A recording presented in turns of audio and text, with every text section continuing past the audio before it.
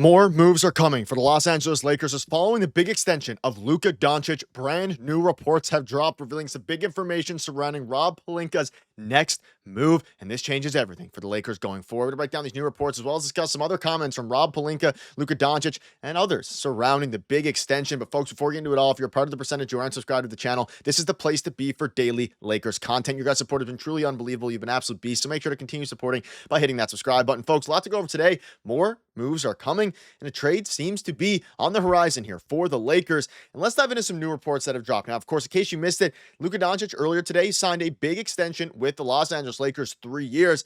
But some new details have dropped, revealing that this extension is the first domino to fall of many more to come. And you can see this report from Dave McMenamin here. Pelinka and Redick used the dinner to examine, and just talking about, to give context, Luka Doncic, Rob Pelinka at the dinner, trying to figure out how they can win a championship going forward.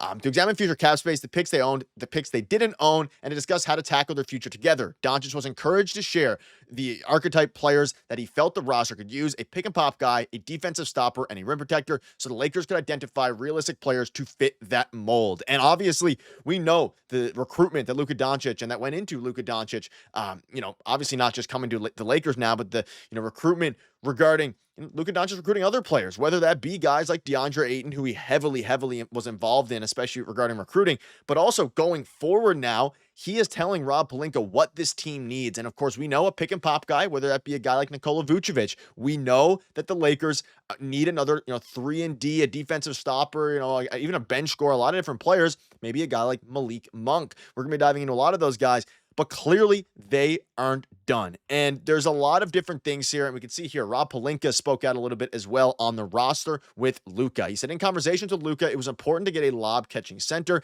And getting an Ayton and a type player is important and will help. Getting 3-and-D players like Reaves and Smart, and players who can defend multiple positions around LeBron and Luka, by no means are we going to be satisfied. So he's speaking as if, you pair this with the fact that you have a report coming out saying that they're still working on stuff.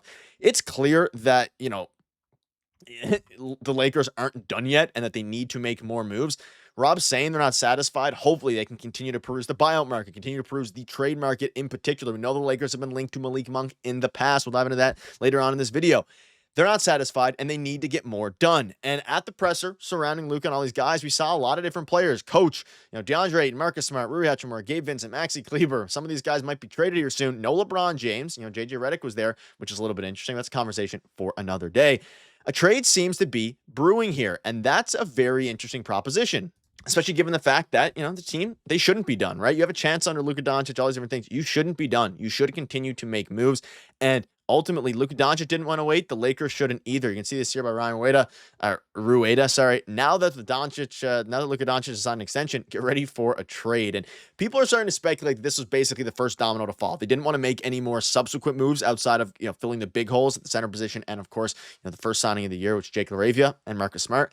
They wanted to let the domino fall before they make their final big splash of the offseason. That's obviously yet to be confirmed. We know Shams came out and said broke, of course, the Luka Doncic trade initially, and of course broke the extension as well. And we've heard throughout the offseason that Shams has said that Rob Pelinka is going to continue to work even beyond these moves that they've made. He's going to continue to work, and it's confirmed by Rob Pelinka himself literally saying that, and also reports from Dave McMenamin revealing that trades are going to be coming, or at least moves surrounding the Lakers are never going to be done.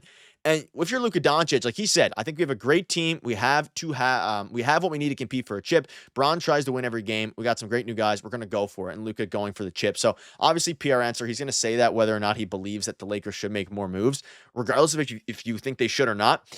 He is ready to compete for a championship, and that's obviously fantastic news because the Lakers ultimately should feel confident in their current team. They added some really good pieces. I still think they're probably one piece away, whether that be a guy that can be a 3-and-D, whether that's a pick and pop center. The center one is a little bit interesting, like Vucevic. I don't know if he fixes a whole lot. Guys like Malik Monk, I think, could be very interesting. But at the end of the day, some more information came out behind the background of the big signing today. You can see here, after Lakers president of basketball operations, general manager Rob Pelinka, and coach Redick took Doncic and his business manager, the 6'6" guard left with a greater understanding of the team's books. I don't want to wait. I had a taste of the finals. I am getting back there, so let's do whatever we can now. And again, they used that dinner to talk about the future, and this was a recent dinner, not the one, because there was one at the trade deadline as well, where Pelinka and Doncic had a dinner surrounding who they wanted at the trade deadline. That was Mark Williams. This is a new report. Like, this is happening, right? They identify more realistic players. Now, whether they believe they already accomplished that with this dinner, whether that be guys like, DeAndre Ayton, Marcus Smart, they did a decent job, but I still think they're one piece, they can do one piece away. And obviously he spoke out on being, such a big recruiter. Doncic has been a huge recruiter. DeAndre Ayton, Marcus Smart, all these different guys. And he says he's been such a big recruiter to build a team that can win a championship. I think we added two great guys. I played against them before, but never with them. So I'm happy they're on my team. And obviously Ayton, Marcus Smart, Jake LaRavia, all these guys that came to LA, a lot of them have high upside.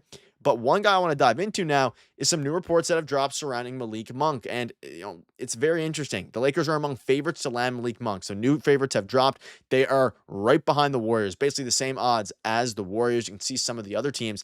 This one right here is very interesting, folks, because Malik Monk, he would provide this team some bench scoring that this team hasn't had in a very long time, or at least hasn't had under the Luka Doncic, of course, era.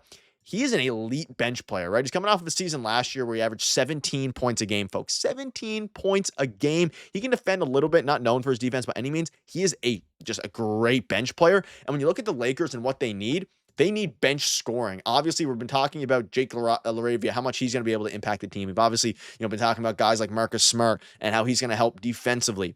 None of that matters if you can't, score anything off of the bench. And that's what this team, desperately needs. And he can do that. He's entering year 2 of his 4-year, $78 million extension with the Kings. He was the runner-up to the Minnesota Timberwolves center Naz Reid for Sixth Man of the Year. Last season, he averaged 17.2 points as he stepped up into the Kings starting lineup following the De'Aaron Fox departure. Now, of course, you would be trading high at this point in time simply because of the fact that he got a ton of run once the Kings not blew it up, but traded De'Aaron Fox. But he is such a good player, right? And it's something that you kind of have to understand before trading him. You know what he's going to do. He's going to be an electrifying scorer off of the bench, right? And that's exactly what he does. He's an electrifying scorer off of the bench. Beyond that, what else? It doesn't really, yeah, he's a little bit expensive. Your current bench, you have to be relying on a lot of bench scoring right now with the current, Los Angeles Lakers squad. You obviously are going to be hoping for a guy like, Gabe Vincent, if he's going to remain on the team, to step up a little bit. Maybe Marcus Smart gets some more offensive, firepower in him. You want Jake LaRavia to be really good. Beyond that, you really, maybe Dalton Knecht steps up. You really need some offensive firepower off the bench. And I think in looking at what the Lakers are talking about, yes, a pick and pop guy, they don't really have that right now. I mean, they don't, unless you want to consider DeAndre Ayton that, which I don't think he is. They have their rim protector in theory in, Jackson Hayes. They can still add more. And whether that's a Nikola Vucevic, whether that's obviously in this case, a Malik Monk, there's a lot of different avenues here for this team to improve. And at the end of the day, it's going to be interesting to see what they do going forward. But folks, that'll wrap it up. Let me know down below what your thoughts are on all this. Lots of new reports coming out. We'll keep you up to date every step of the way. And man, oh man, it's going to be an interesting conclusion to this offseason. You guys are beasts. Cheers.